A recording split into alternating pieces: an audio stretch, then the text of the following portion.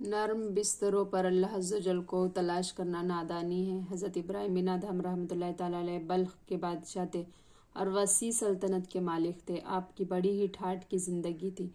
जब आप रहमतुल्लाहि तआला अलैह सवार होते तो आपके खुद्दाम 40 ढाले सोने की और 40 गुर्जद हथौड़े सोने के आपके आगे पीछे लेकर चलते थे। एक रात आप रहमतुल्लाहि तआला अलैह अपने शाही बिस्तर पर सो रहे थे तो आधी रात के वक्त आप रहमतुल्लाहि तआला की छत पर आहट मालूम हुई। आप रहमतुल्लाहि तआला अलैह ने आवाज़ देकर पूछा कि छत पर कौन है। किसी ने जवाब दिया, मेरा ऊँट खो गया है, मैं अपना ऊँट तलाश कर रहा हूँ। आप रहमतुल्लाहि तआला ने फरमाया कि ऊँट का छत पर क्या काम, क्या कभी ऊँट छत पर भी मिला है? किसी ने जवाब दिया, ए गाफिल, तो अल्लाह अज़्ज़ व जल को अतलसी लिबास, नरम नरम बिस्तर और शाही तख्त पर ढूंढता है। अगर छत पर ऊँट तलाश करना नादानी है तो अतलसी लिबास, नरम नरम बिस्तर और शाही तख्त पर खुदा को तलाश करना कौन सी दानाई है। हज़रत इब्राहिम रहमतुल्लाहि तआला अलैह पर इस गैबी आवाज़ का बेहद असर हुआ। दिल चोट कर खा कर रह गया। सुबह जब आप रहमतुल्लाहि तआला अलैह अपने शाही तख्त शाही पर बैठे और दरबार आम हो रहा था तो एक अजनबी दरबार में दाखिल हुआ। उस नवारिद का कुछ ऐसा रुआब दबदबा था कि उसे अंदर दाखिल होते हुए कोई न रोक न सका। यह अजनबी जब दरबार में दाखिल हुआ तो कहने लगा कि ये मुसाफिर खाना मुझे पसंद नहीं। बादशाह बोला, ये मुसाफिर खाना कब है? ये तो मेरा महल है। उस अजनबी ने जवाब पूछा, ये बताइए, आपसे पहले ये महल किसके पास था? बादशाह बोला, मेरे वालिद साहब के पास। अजनबी ने पूछा, और आपके वालिद साहब से पहले ये महल किसका पास था? बादशाह ने जवाब दिया, मेरे दादा जान के पास। अजनबी ने पूछा, आपके दादा जान से पहले किसके पास था? बादशाह ने जवाब दिया, मेरे दादा जान के वालिद साहब के पास। अजनबी ने कहा, तो गोया आपसे पहले इसमें आपके वालिद रहते थे, आपके वालिद से पहले आपके दादा इसमें रहते थे और आपके दादा से पहले उनके वालिद इसमें रहते थे। तो आलीजा आप खुद ही फरमाइए, मुसाफिर खाना और किसको कहते हैं? मुसाफिर खाना वही तो होता है जिसमें एक जाए दूसरा आए। ये कहकर वह अजनबी बाहर निकल गया। हज़रत इब्राहिम रहमतुल्लाहि तआला अलैह के दिल पर सख्त चोट लगी। वो लरस गए और तख्त से उतरे और उस अजनबी के पीछे दौड़े, यहाँ तक कि उससे पा लिया। उससे दरियाफ्त किया, आप कौन हैं? उसने जवाब दिया कि मैं खिज़र अलैहिस्सलाम हूँ। हज़रत इब्राहिम रहमतुल्लाहि तआला अलैह के दिल पर इन वाक़यात का एक गहरा असर हुआ और दुनियावी सल्तनत को खैरबाद कह दिया।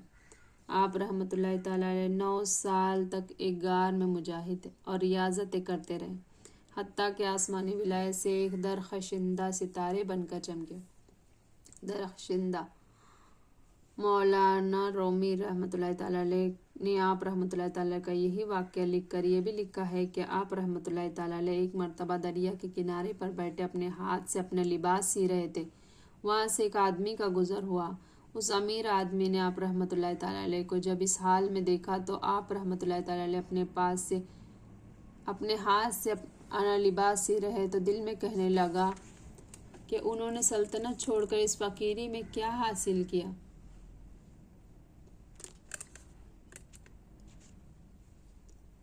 हज़रत इब्राहिम रहमतुल्लाहि तआला ने उसके इस ख्याल पर मुत्तला हो गए और आप रहमतुल्लाहि तआला ने झट अपने हाथ की सुई दरिया में डाल दी और फिर बुलंद आवाज़ से नारा लगाया और फरमाया, ए मछलियों, मेरी सुई वापस ला दो। उस अमीर ने जब ये वाक़या देखा तो मुताज्जिब हुआ और सोचने लगा कि इतने बड़े दरिया में फेंकी हुई छोटी सी सुई भला वापस कैसे मिल सकती है।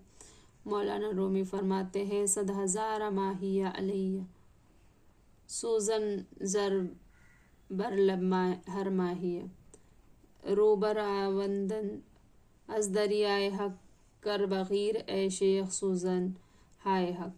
यानी हज़ारों मछलियाँ अपने अपने मुंह में एक एक सोने की सुई लेकर दरिया से बाहर निकली। आप रहमतुल्लाहि तआला ने फरमाया, मुझे सोने की सुइयाँ नहीं चाहिए, मुझे तो अपनी सुई चाहिए। चुनांचा फिर एक छोटी मछली अपने मुंह में आप रहमतुल्लाहि तआला की सुई पकड़े हुए लाई और आप रहमतुल्लाहि तआला के आगे डाल दी। उस अमीर आदमी ने जब ये करामत देख ली तो हैरान रह गया। हज़रत इब्राहिम बिन अदहम रहमतुल्लाहि तआला ने की ये करामत देखकर वो हैरान रह गया। हज़रत इब्राहिम बिन अदहम रहमतुल्लाहि तआला ने نے اس امیر سے جو کچھ فرمایا اس کو مولانا رومی رحمۃ اللہ تعالیٰ نے اپنے شعر میں فرماتے ہیں۔ آپ رحمۃ اللہ تعالیٰ نے اس امیر کی طرف توجہ فرما کر کہا، بتاؤ مجھے وہ حکومت اچھی تھی یا یہ حکومت؟ میٹھے میٹھے اسلامی بھائی اور بہنوں، عیش و عشرت اور غفلت کی زندگی اختیار کر کے پھر خدا کو پا لینے کا خیال خام ہے، اور یہ بھی معلوم ہوا کہ اس فانی دنیا میں اپنے پاس جھوپڑی ہو یا عظیم الشان محل، نہ وہ ہمارے پاس ہمیشہ رہیں گا اور نہ ہم اس میں ہمیشہ رہیں گے۔ ہم مسافروں کی طرح اس میں چند روز رہ کر نکل جائیں گے، روزہ رہ کر چلے جائیں گے، پھر اس میں کوئی دوسرا آ جائے گا، پھر وہ بھی اس میں چند روز رہیں گا، پھر کوئی تیسرا آ جائے گا۔ لہٰذا دنیا میں دل لگانا بہت بڑی نادانی ہے، اور یہ معلوم ہوا کہ اللہ عز و جل کے ولی اللہ کے عطا سے دل کے خیالات پر بھی مطلع ہو جاتے ہیں، پھر ان کا حکم و تصرف دریاؤں اور دریائی مخلوق پر بھی جاری رہتا ہے۔ جو کہ اس در کا ہوا خلق خدا اس کی ہوئی، جو کہ اس در کا ہوا خلق خدا اس کی ہوئی، جو کہ اس در سے پھرا اللہ اس سے پھر گیا، ٹھوکریں کھاتے پھرو گے ان کے در پہ پڑ رہو، قافلہ تو اے رضا اول گیا آخر گیا۔ ہمارے مدنی آقا صلی اللہ علیہ وسلم کبھی کسی کے پیش کردہ بچونے میں عیب نہ نکالتے کہ خردرا ہے، اونچا ہے، نیچا ہے، آرام دہ نہیں ہے، چپتا ہے، وغیرہ وغیرہ۔ فرش خاک پر سونا سنت ہے۔ سرکار مدینہ صلی اللہ علیہ وسلم کبھی کبھی کسی بچونے اور چارپائی میں عیب جوئی نہیں کی۔ جب بھی مدنی آقا صلی اللہ علیہ وسلم کے لیے بچھونا بچھا دیا جاتا تھا، آپ اسی پر لیٹ جاتے، اور اگر نہ بچھایا جاتا تو زمین پر ہی لیٹ جاتے تھے۔ سب نبیوں کے آپ ہے سرور، دونوں جہاں کے داتا ہے پر، ہاتھ کا تکیہ خاک کا بستر صلی اللہ علیہ وسلم۔ چمڑے کا تکیہ سنت ہے۔ سرکار مدینہ صلی اللہ علیہ وسلم چمڑے کا تکیہ مبارک استعمال فرماتے، نہ ہوتا تو صرف ہاتھی کا تکیہ بنا کر آرام فرماتے۔ آقا نامدار مدینہ تاجدار صلی اللہ علیہ وسلم کا تکیہ مبارک چمڑے کا تھا اور اس میں کھجور کی چھالیں بھری ہوئی تھی۔ ہمارے پیارے آقا صلی اللہ علیہ وسلم کبھی کبھی تکیے سے ٹیک لگا کر بھی بیٹھا کرتے تھے، لہٰذا ہمیں بھی کبھی کبھی یہ سنت ادا کرنی چاہیے۔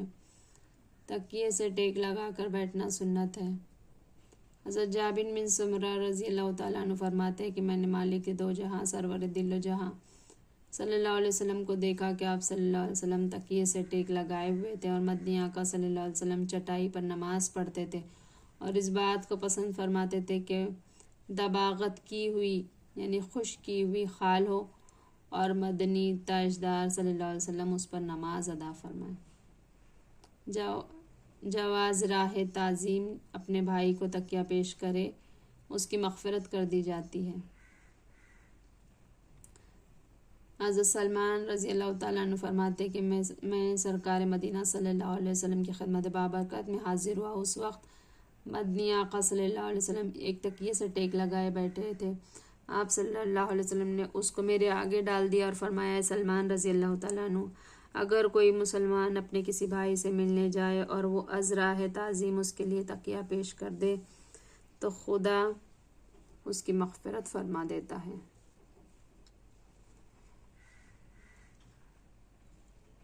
حضرت سلمان رضی اللہ تعالیٰ عنہ ایک مرتبہ حضرت عمر فاروق رضی اللہ تعالیٰ عنہ کے پاس گئے تو انہوں نے بھی از راہ تکریم اپنے پشت کا تکیہ سلمان رضی اللہ تعالیٰ عنہ کو پیش کر دیا۔